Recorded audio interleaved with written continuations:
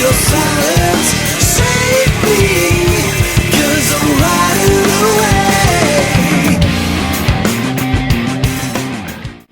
What's up, everybody? Adam Nitti here. So excited today. I've got Keith Carlock with me. Keith played on my new tune called Zombies on my new album, The World Is Loud. And man, Keith, you took it to a whole nother level.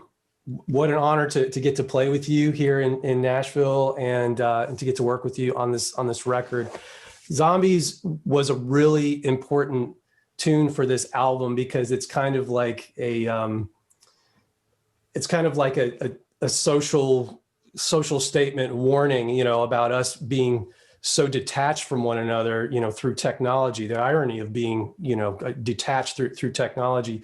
So the tune, it's got sort of a stern warning to it. And it really depended on the rhythm section being super forward and driving and all that. And, man, it was so awesome what you brought to this. I really believe it helped make this tune what it was. But I wanted to ask you kind of how did you receive the tune? We've played together for a long time. We've worked together, but we haven't necessarily worked together in the context of rock, right? We've done a lot of stuff that, you know, has been like fusion oriented, but were you surprised to get something like that from me? Because it was different, you know?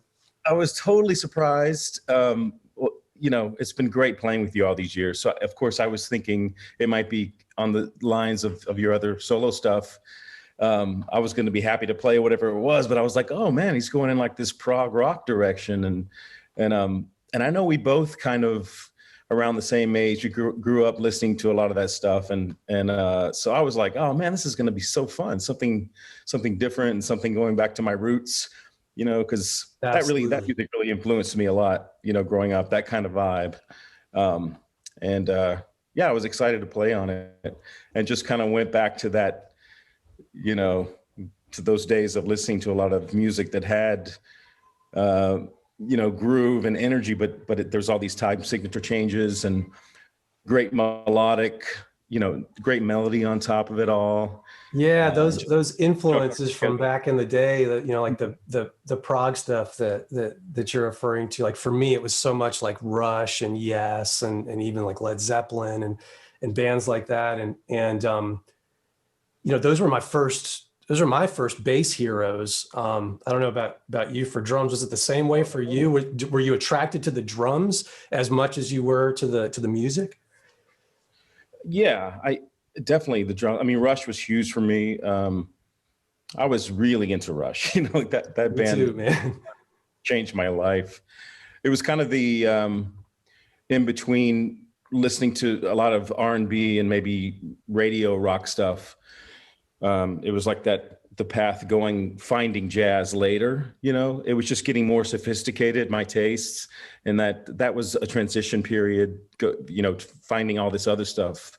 But I love it. I mean, Yes, you said Yes, right? Like Kansas and that kind Kansas, of thing. of course. Yeah, the first song I ever learned on bass was "Carry On, Wayward Son." That was my very first tune I ever learned. Yeah, so yeah, that was huge.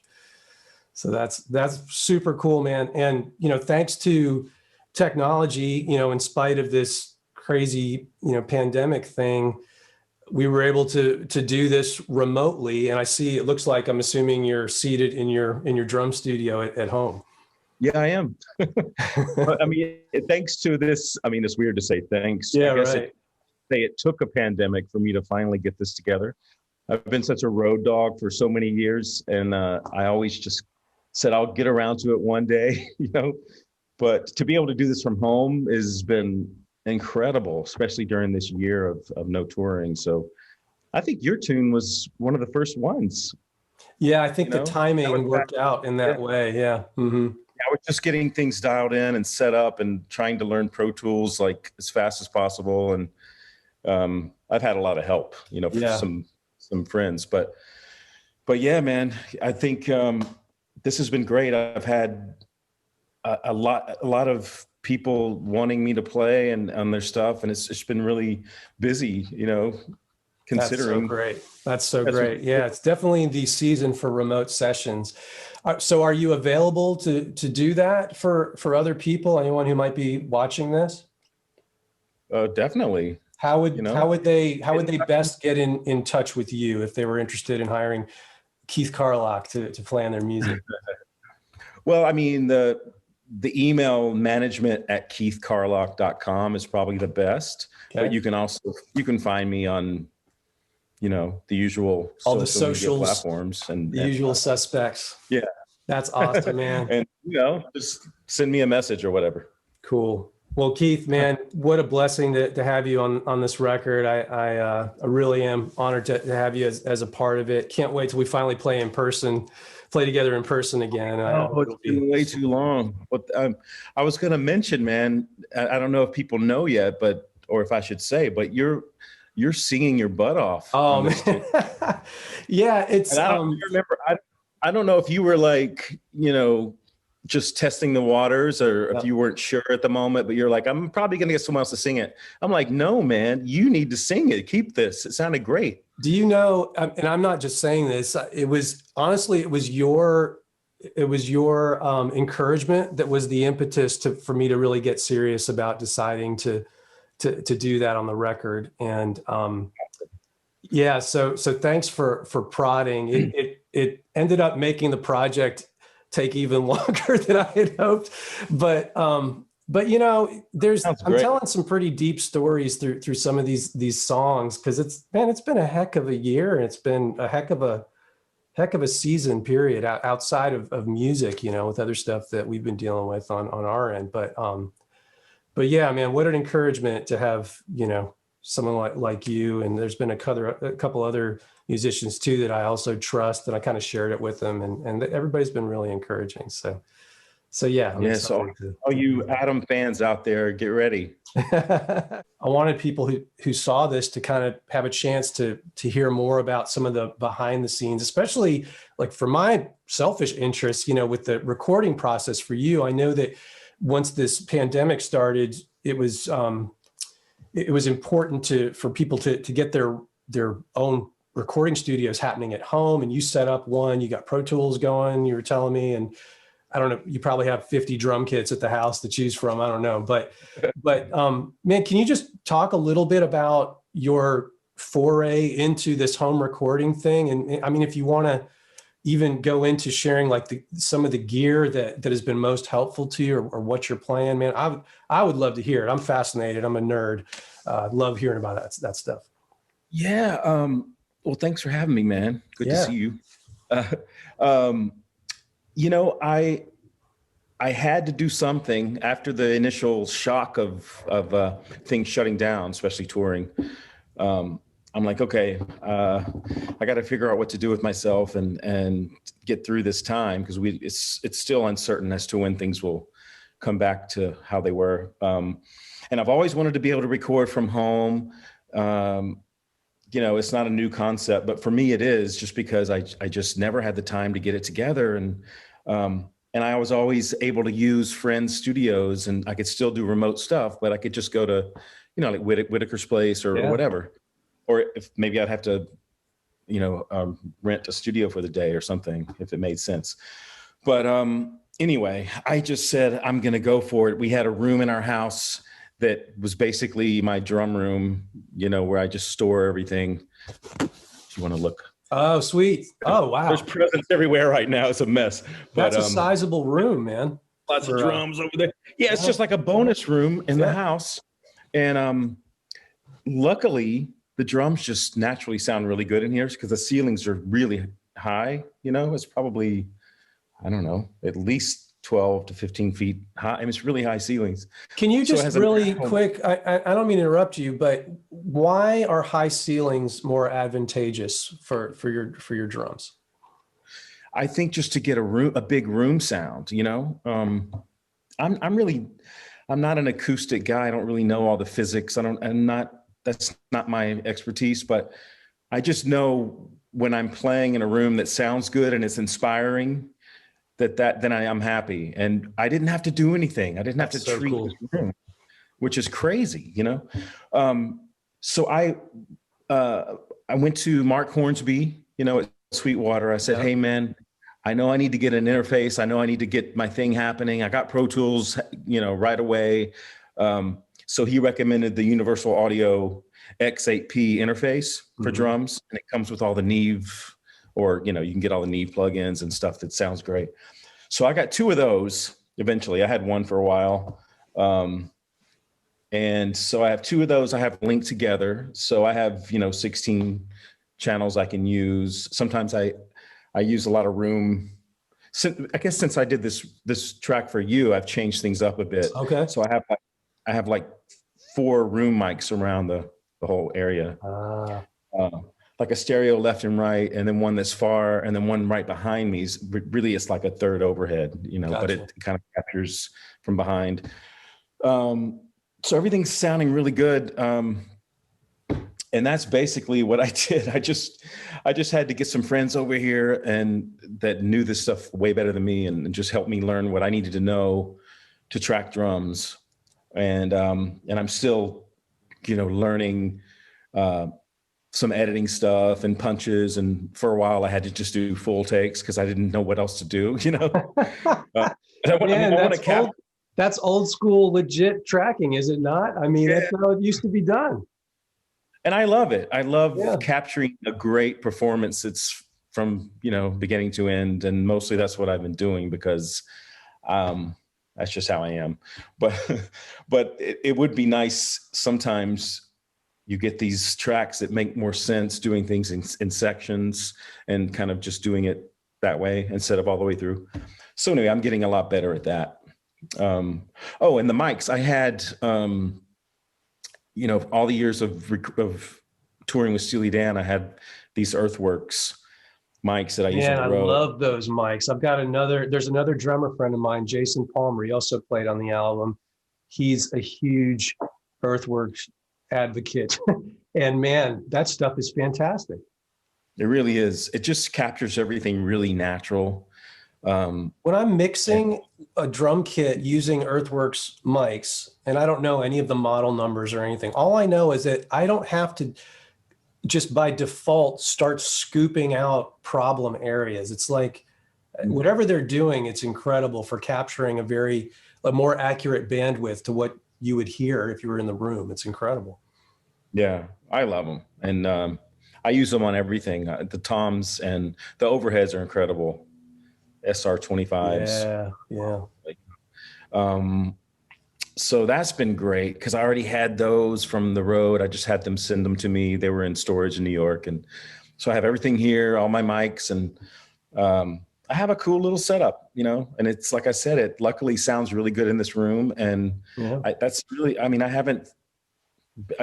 wasn't a science. I didn't think it through too much. I just went for it and was really lucky that it's, it sounds good. Which drum kit did you use on Zombies?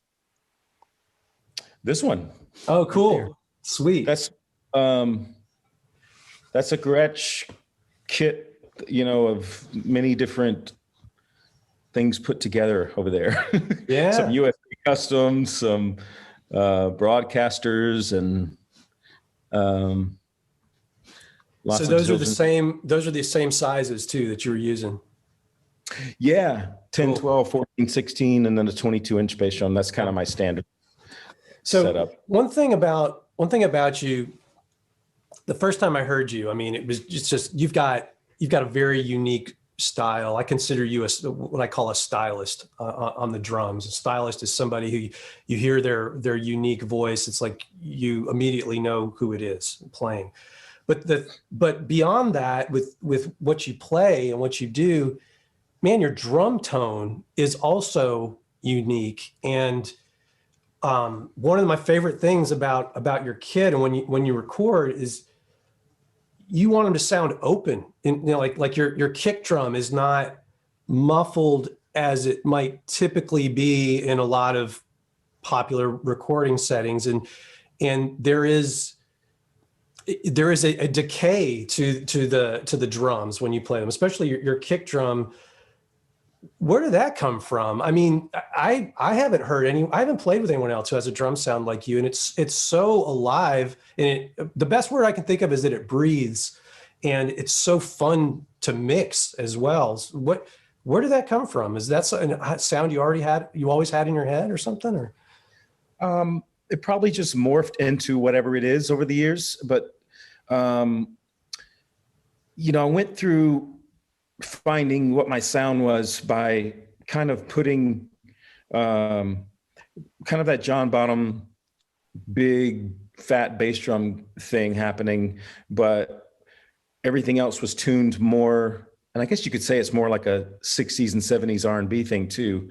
Where drums were just tuned more open, like bebop style, or even the R&B stuff from back in, you know, like the Stax, some of the Stax recordings, or just where you would hear the tone of the drums. yeah, They're not like muffled. I like things to ring. I like the overtones as long as they're controlled. it seems like in most modern music, at least in the mainstream, that just doesn't really exist as much. It seems like it's more about, from an engineering perspective, having more controlled type sounds. It's not as open. Mm-hmm. It's probably easier to deal with. Yeah. Now that I'm learning a little bit about this stuff, and how things, when you put other frequencies together with the drums, with the other instruments, how things change, so maybe, depending on the music, what I think a lot of the stuff that I would use that type of tuning in, which became my sound, was with small groups, trios, where there was a lot of space that I can let all that stuff ring out and be really big, That's great. Whereas maybe with a bigger ensemble or band, it has to be a little more controlled. But, maybe not. I guess it just depends on the music and how much space there is for those tones to do their thing.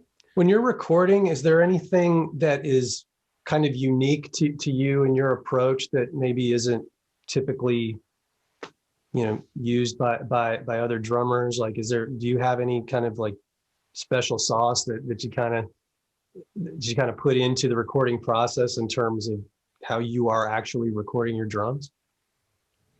Not really. I mean, I think it's just the way that I tune and the way that I play, just trying to get a sound.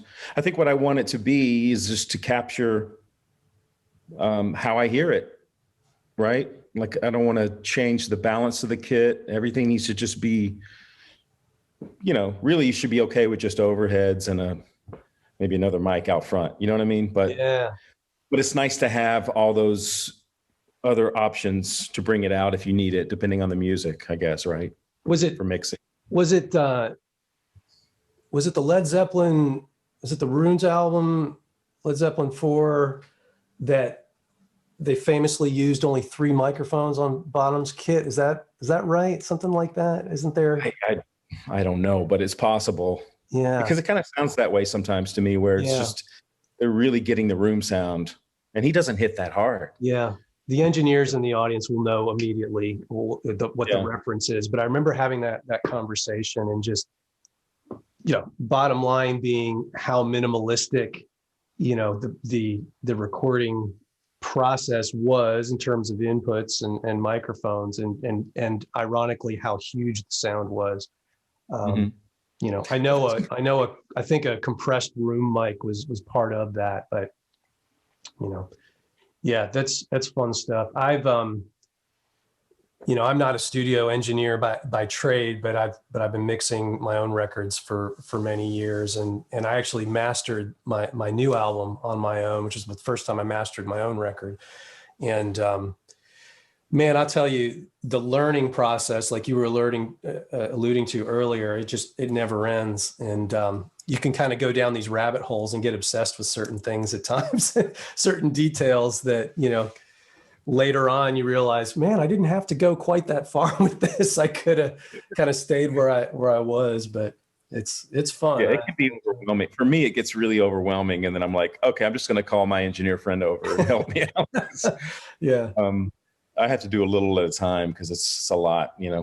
Especially when you're tracking drums by yourself, like I miss having someone tell me, yeah, that's the one, or just something to bounce some ideas off of or whatever. When Yeah. you're by yourself, I tend to just keep doing take after take, and then just pick one. But Do you feel like that messes with your flow of creativity? Does it feel like it interrupts and then you have to get back into the mindset, or is it just a thing that just adds time to the process? um, sometimes it works out for the better because I'm just learning the music better, and the more I play it, I feel like the better my choices are, and maybe I'm getting more locked in with the feel of it, and things are feeling better. And sometimes it works out to where doing a few takes is a good thing, but other times it's just me just kind of, well, was that good? I guess it's good, but maybe I could do a better one. Like I just keep going. And then you go down that hole where, okay, now what? What am I going to do? I don't even want to listen to all of it. It's too much. Why didn't I just stop? Yeah. But I mean, I'm having fun. I want to play. Yeah. Yeah. Excuse me. Yeah. So it's just fun to play, but but it's funny how that can happen. But I was going to say, we were talking a second ago about just the sounds of the drums, like when we were talking about Bonham for a second, just, you see a lot of drummers online, like especially Instagram videos and stuff, where they're just bashing the hell out of the drums, Mm. and it's, the energy's amazing and it looks cool and all that, but the drums sound horrible, because they're just hitting as hard as they can. And it's just, everything gets so choked sounding, like there's no tone. Yeah. It's just all like harsh, stuff happening. You know what I mean? Have you heard that? It's like it's like it's mostly attack that you're hearing, right? And not so much.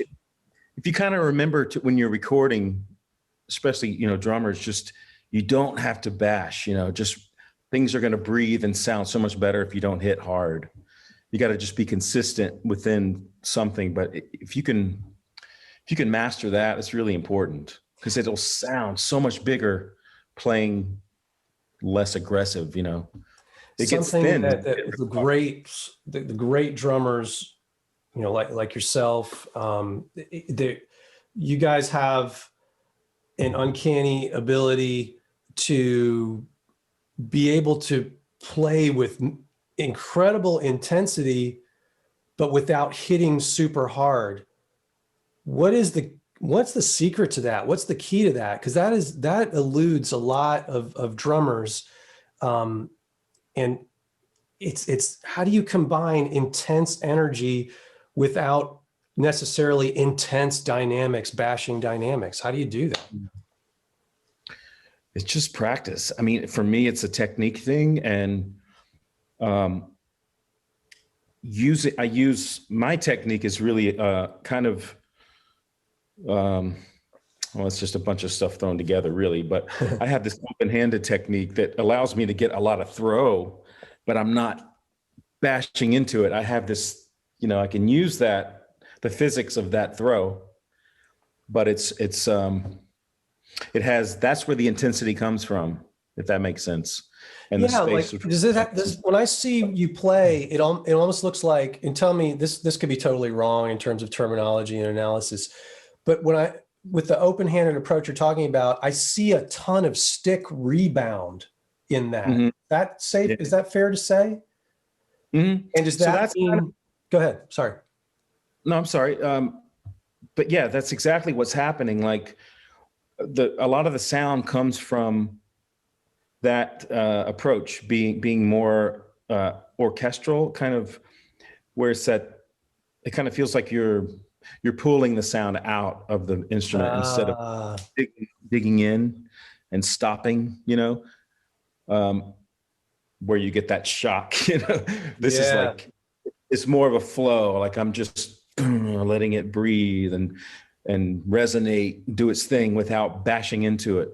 But having this flow up here, sorry, this looks corny, but no, this is great. that's what feels like I'm hitting a lot harder. It might even look like I'm hitting harder than I really am. Interesting. Because I want to get the space between the notes right and consistent. And I'm not the type that can do that by playing like this. And a lot of people play like that now, and it's something I'm not good at. I need to feel this this up and down motion happening. Yeah. Yeah. That is so cool, because immediately when you started talking about pulling the sound out, the way I relate to that on the bass is that when with fingerstyle playing, if you're plucking a note, you can keep a really rigid, fingertip and kind of snap the string into vibrating, as opposed to using a more a smoother approach where you brush. It's more of a brush stroke across the string. Mm-hmm. And I liken that more to the pulling the tone out. They have two totally different sounds. Those two, the subtleties of those techniques, and that's immediately what I thought of when you said that. Because there are times you don't want it to sound sharp attack. You want it to be a smoother delivery legato of the note. Yeah, exactly. So that's really cool. Man, with all this home time we've had, what else have you been doing? I mean, outside of music, do you have other hobbies, or I know you've got an amazing family that you love to spend time with. Have you been able to enjoy any other stuff you typically wouldn't do on the road? Well, it would be being with my kids and my family more. That's been amazing, and that's been great. And to just be a part of that daily routine, because usually I would be gone for 6 months and then come back, and they'd have to warm up to me again, and I'd have to get used to being daddy and not the musician anymore. And you know what I mean? It was this weird trade-off all the time. This has been great. It's been pretty amazing. I feel closer to them, and that's what I've been doing mainly. But I gotta say, just to another thing I've been getting into is some investing. Oh, cool. Wow. Because I've always been a little reluctant to do that too. And I just said, man, now's the time for that too. I gotta I got 5 mouths to feed here. Yeah. I don't know how long this is going to go. I've always been a saver, but you don't typically save for 2 years of the work that you're used to doing. Right. Yeah. That's what I'm thinking. It could be 2 years, sure. Of this. So I've been kind of learning a lot about that. What are you doing? Like day trading, or are you doing? Well, I mean, I did get lucky with the, back in March when things just went down for a minute. Yeah. I went in. I'm like, okay, going for it. I went in, and I had some great gains all year. That's just amazing. Individual stocks, And I had these mutual funds that I had for over 10 years, and I finally sold those. It made some money, and it's a slow process. But I'm like, maybe I should just be a little more aggressive and go for it, And it was a good year to start doing that because of what's been happening, For sure. So that's been another learning experience for me, is just kind of getting more into that and realizing that us as musicians, more than ever, we have to have other streams of income. Yeah, for the long term. Because I don't know if you know this, but I started software developer school a little over a month ago. Wow. Which is it was a twofold purpose, decision. One was not knowing the future, not having a crystal ball, not knowing what you might need to do to augment your music income, but also too, I've been working on computers, most of my life, whether it's been in school or music or writing or whatever. I mean, and I've just kind of always have liked computers, and the concept of coding, I had tried for a little bit when I was in college. For a very, very short time, I was a computer science major. When I first went to school, I went to school. I knew I wanted to do music. That's where my passion was. There was no argument. I wanted to do music, but my parents were very adamant about, you need to go to school. You need to get a backup degree, because if music doesn't go well for you, you need to have a way, to still have a career. And as hard as I tried, man, I just couldn't get my head into the seriousness and dedication that is needed, when you're studying something in college that you want to make a career. And so I floundered in and out of different majors, trying to find something that I could sort of peacefully coexist with, my music. and I was a computer science major for a short time. So that I got hip to more programming and stuff. I didn't go real far with it because I couldn't hang, man. It's like that really required dedication. At the end of the day, after all this floundering, my parents and I finally sat down and realized that really the only way for me to kind of stay in school was to become a music major. And so I became a jazz performance major. But, then I finally was having a synergy with my education, between my education and my career goals. But like a lot of people, I left college early. I didn't finish because I wanted to go for it with music. So it's kind of funny how detached all of that path became. But yeah, I'm this certification program I'm doing now. It's like, theoretically, when I get done with it, I could just go out the next day and get a coding job. But That's amazing. And you did it from home? Yeah, it's an online based thing. Yeah.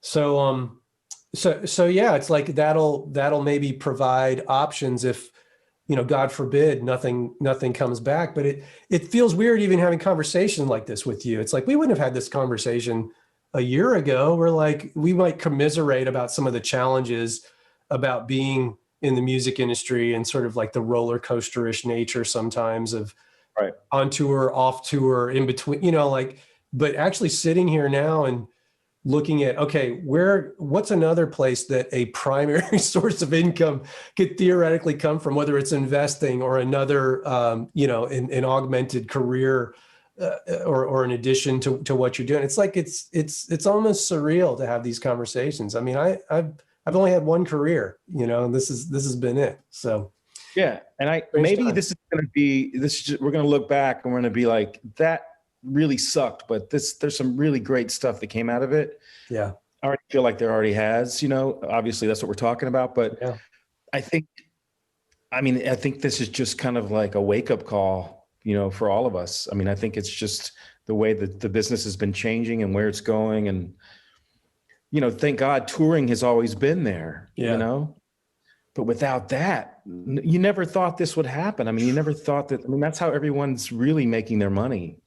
Well, and to your point, I know you remember the transition, like sort of like the great page turn, as I like to refer to it, when the advent of digital media that began the slow death of physical media, like even CDs and stuff. I mean, this new album of mine I'm releasing it in CD format. I have a lot of people that still want CDs, but the overwhelming majority of sales of my music is digital and it's streamed as well. I mean, overwhelming majority.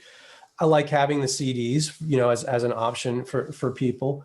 But when that transition started to happen and digital kind of became the new norm, I don't have to tell you that all of a sudden physical media and music as a medium, it began to be devalued.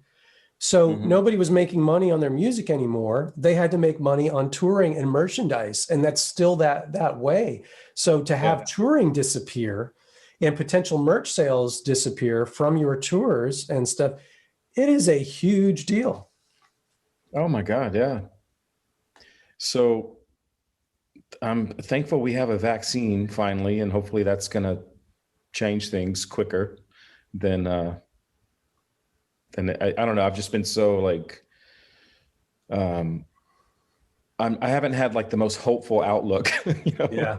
Well, that's understandable. I mean, like one thing after another, but hopefully by next fall, though, this will be under control in some good way, Yeah, I'm hoping and praying the same, and not only for my own livelihood to get back out there, but also I want to go see some shows. I want to see some shows for my own enjoyment, as well. Exactly. Yeah. I would love that. Well, man, that's great stuff. Man, I've so enjoyed having you, and thank you so much for your time. Anything you want to share with anybody about anything else you're doing or how to get in touch with you? And man, I know you've been staying busy with remote sessions. Thank goodness. And, keeping keeping this whole thing going in spite of this slowdown. But anything else you can tell us that's on the horizon, or anything you want to share?